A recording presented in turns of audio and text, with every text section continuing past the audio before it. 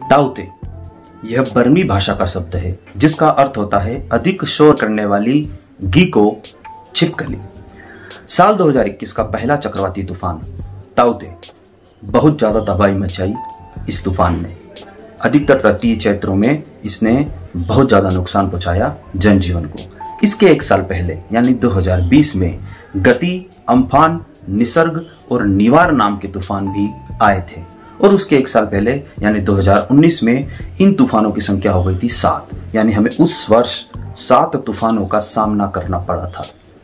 तो आखिर ये गति, अम्फान, निसर्ग, निवार, ताउते नाम के इन तूफानों को नाम देता कौन है?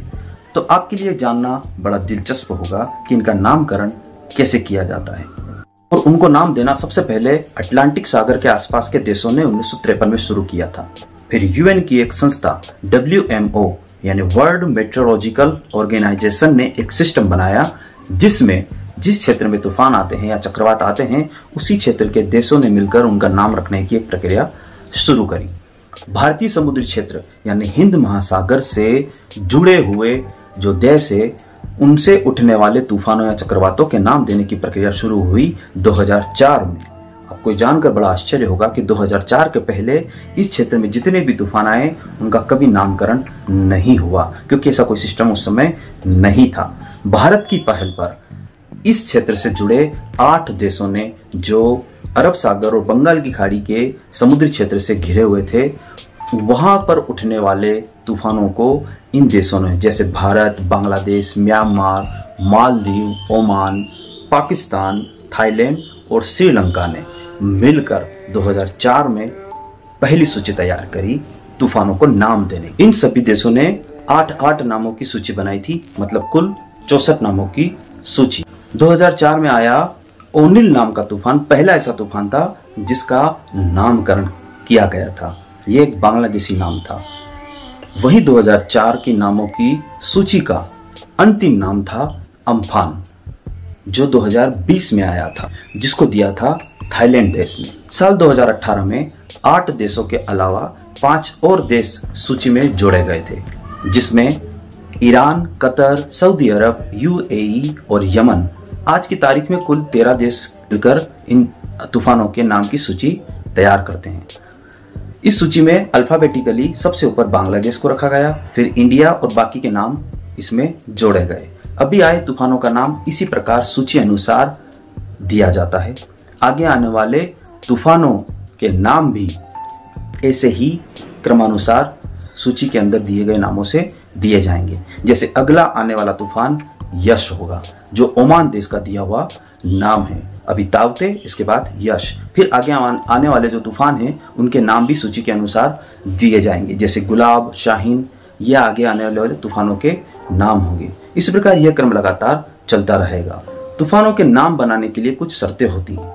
जैसे सुझाया गया नाम ऐसा हो जो किसी राजनीतिक पार्टी या राजनीतिक नेता से ना जुड़ा हो या किसी धार्मिक या सांस्कृतिक भावनाओं को आहत ना करे।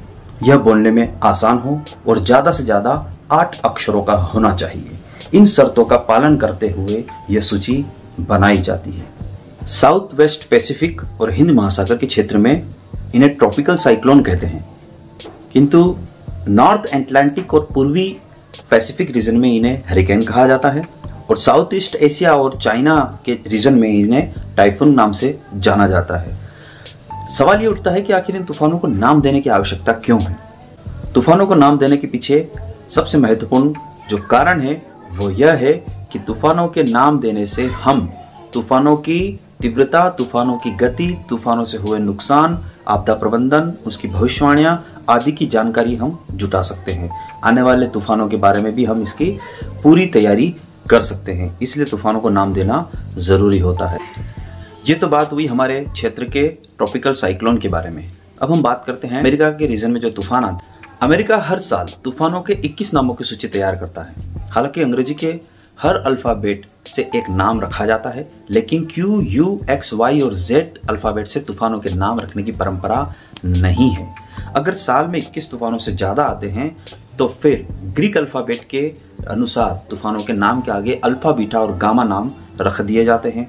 हाँ, यहाँ पर ऑड और इवन फार्मूला भी इस्तेमाल किया जाता है। जिस साल ओड होते हैं, जैसे 2019, 2021, 2023, तो यहाँ पर तूफानों के नाम महिलाओं के नाम पर रखे जाते हैं, और जिस साल इवन साल होता है वहाँ उस साल तूफानों के नाम पुरुषों के नाम पर रखे जाते हैं। तो ये थी जानकारी तूफानों के नामकरण के संबंध में। धन्यवाद।